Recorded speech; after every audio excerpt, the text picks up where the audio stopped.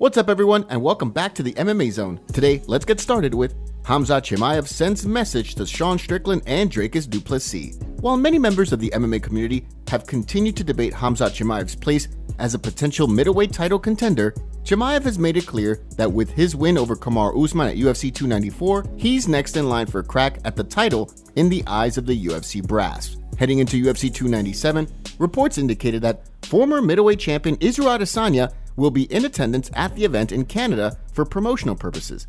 Considering the last stylebender recently indicated that he plans to return in 2024, the MMA community seems confident that Adesanya will likely wind up fighting the winner of the Strickland vs. du Plessis fight. Despite that, Chimaev recently took to social media, where he indicated that he believes both the champ and the number one contender have him on their minds heading into the fight, writing, "They have a fight soon, but they both think about me. I didn't know that I was scaring them so much."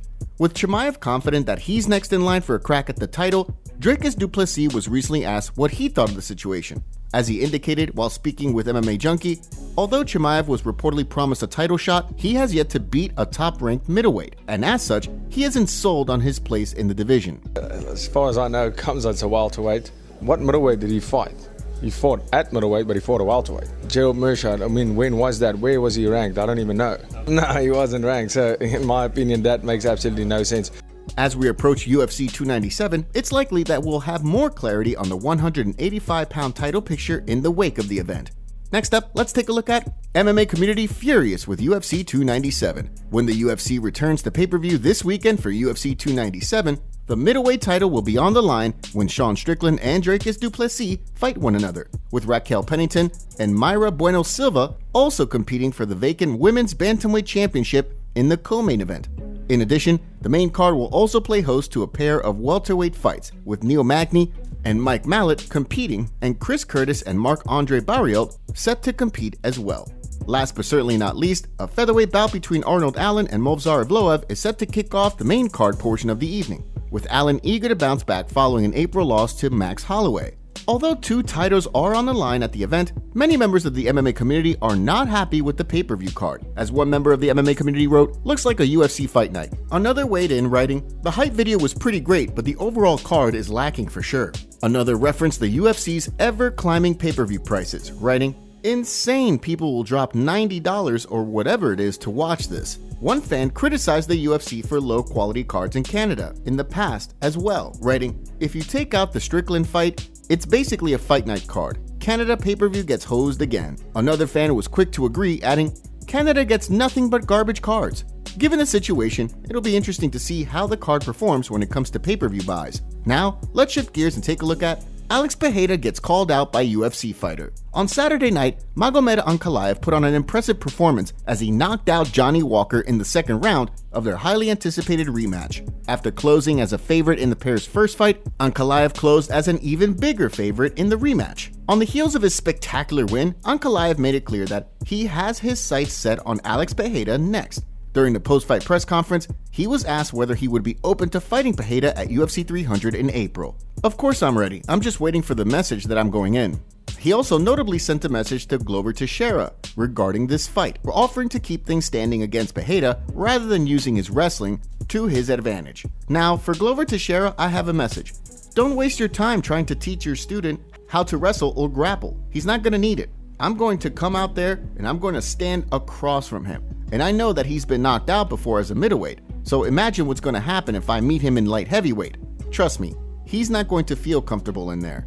Although after Pereira won the title in November, Dana White indicated that Jamal Hill was likely his next opponent, Glover Teixeira made it sound post-fight on social media as though a fight between Pereira and Ankalaev is likely next up. Great knockout. We'll see you soon. With plenty of UFC 300 announcements right around the corner and the promotion in need of stars, it'll be interesting to see if Pereira and Ankalaev wind up matching up on the card. Sean Strickland sends a warning to Dricus du Plessis ahead of their fight at UFC 297. Sean said that he texted Dricus saying that if he mentions the thing he said last time before their fight, he will stab censor this Dricus. This puts their fight in jeopardy because in Canada, where they're fighting, there will be arrests made and the fight will be cancelled even if the threat isn't successful. Here's what Sean had to say. "Dude, listen, Dricus, we're gonna go try to murder each other, but if you bring that shit up again, I will stab you."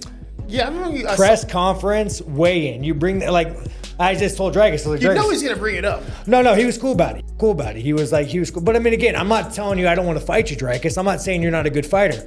I'm just saying that that's a line that when crossed, it transcends fighting to like if I have like I'm gonna if I go to Canada and you bring that up, well, guess what? I'm gonna go to jail. They're gonna deport me, and we spent 8 weeks of training doing for no reason. Next, let's take a look at UFC Fight Updates. With UFC 297 rapidly approaching this coming weekend, let's take a look at 2 fight announcements that may have flown under the radar. Starting with a lightweight fight between Loic Radzhabov and Abdul Karim El Sawadi, which is set for UFC Fight Night Saudi Arabia on March 2nd. The event, which still doesn't have a headliner, will see Radzhabov look to bounce back from a loss to Mateusz Rebecki back in June, while on the flip side, Al Sawadi will look to make his successful UFC debut amid a 5-fight win streak that saw him pick up a Dana White's Contender Series win in August. In addition, at the UFC Fight Night Atlantic City card on March 30th, Nursultan Ruziboev will compete against Cedric Dumas in a middleweight fight that will see Ruziboev look to pick up his second straight victory inside the octagon after a first-round KO win over Bruno Ferreira back in July. On the flip side, Dumas will be looking to extend a 2-fight win streak of his own that saw him end 2023 with back-to-back unanimous decision victories. Considering UFC 300 is rapidly approaching, many fans seem to believe that the UFC will announce one or more UFC 300 fights on the upcoming UFC 297 pay-per-view broadcast. Next, let's take a look at Conor McGregor's training partner paralyzed after injury. Tragic news surfaced this week indicating that Irish MMA prospect Ryan Curtis was left paralyzed as a result of an accident during training. Although it's unclear what exactly caused the traumatic injury, a GoFundMe page set up to help Curtis and his family with medical bills explains Ryan has suffered a broken back, broken neck, and dislocated spine. During this injury, trauma was also caused to Ryan's spinal cord. The damage is classified as the most severe that can happen to a spinal cord. He was rushed to the Royal in Belfast and underwent emergency surgery. According to the GoFundMe, Curtis has no movement in his legs or his left arm. Despite that, and the 5 months he's expected to be in the hospital, the page indicates that he's still, quote, still showing his positive outlook, his determination, and mindset to overcome yet another challenge that life has presented. The GoFundMe was established with a goal of £150,000, with Conor McGregor contributing £25,000 to the total.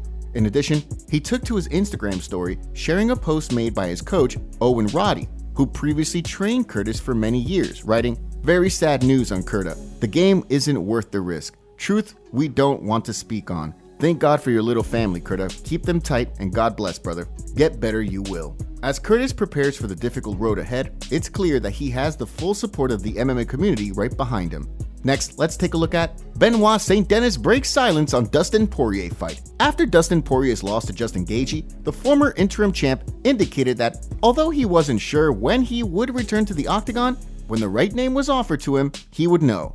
After a long period of uncertainty, it was announced that Poirier would be returning to action to fight Benoit Saint-Denis at UFC 299 on March 9th. The bout took many by surprise, given that Poirier had been open about his plan to be selective when it came to accepting a fight. From the sounds of things, the Diamond accepting the fight came as a surprise to Saint-Denis as well. He spoke in an interview with The Independent, where he broke his silence on the booking. "Of course I was a bit surprised that he accepted. I thought I was going to take on Beneil Dariush, and I was surprised it ended up being Dustin Poirier. I believe Dustin wanted to fight in Miami, and with Mateusz Gamrot and Rafael dos Anjos already busy fighting each other, also at UFC 299, and Beneil just coming off a loss, I think I was next in line for a matchup against Dustin. I'm very happy that the UFC managed to make the fight. The bout will mark a significant step up in competition for Saint-Denis, who's currently riding a 5-fight win streak into the showdown in March with Poirier. Despite the fight being the biggest of his career, Saint-Denis currently sits as a negative 142 betting favorite to Poirier's plus 120 underdog status on DraftKings, indicating that the MMA community is split in regards to how they see things playing out. Definitely not on Colby's side. No, not on Colby's side. That's the fight. I was impressed with Leon. I want the Colby fight. You know, because Colby talked so much. I think he was the shit with his dad was fucked up. Like, You don't like say whatever you want about me, my team, whatever, but like you start talking about people's like their parents, their wives, their kids, especially if one of them's dead, like you're a fucking like that shit you get fucked up in the parking lot for. Like you don't do shit like that, you know what I'm saying? So well, you know, that's Colby. He's the master at getting under people's skin, but I think in that fight it backfired. Yeah. Like I was watching, I'm like, what the like I didn't know what was happening with him. Like he just wasn't doing anything. No, he didn't look good. It's gonna be interesting what happens with him now after that fight, because it's obvious that you can't give him another title shot. No. Right? So it's not like he can go right back in. Yeah. Yeah, 3. I mean, he absolutely could earn another title shot in the future. Yeah. With a bunch of wins. Yeah. It's still possible. Yeah. But, you know, what it... Top comments. Oliveira lost 1 fight in years to the eventual champion, and the UFC and some fighters are acting as if he is on an 8-fight losing streak. I think Henry's just trying to grow his channel and stay relevant, because if he loses to Merab, that's it for the guy. Izzy is coming off a loss. He should fight either the loser of Dricus/Strickland or the loser of Khamzat and Strickland. Plus, he should have to get a psychological evaluation before he returns to the octagon. Jose Mendez said he only trains with Khabib when he's fighting, and he said he was training with him and to go a step forward. He also said that Khabib said we don't have to be fight ready yet. No, Jose Mendez is saying he never said Khabib is coming back. Crazy.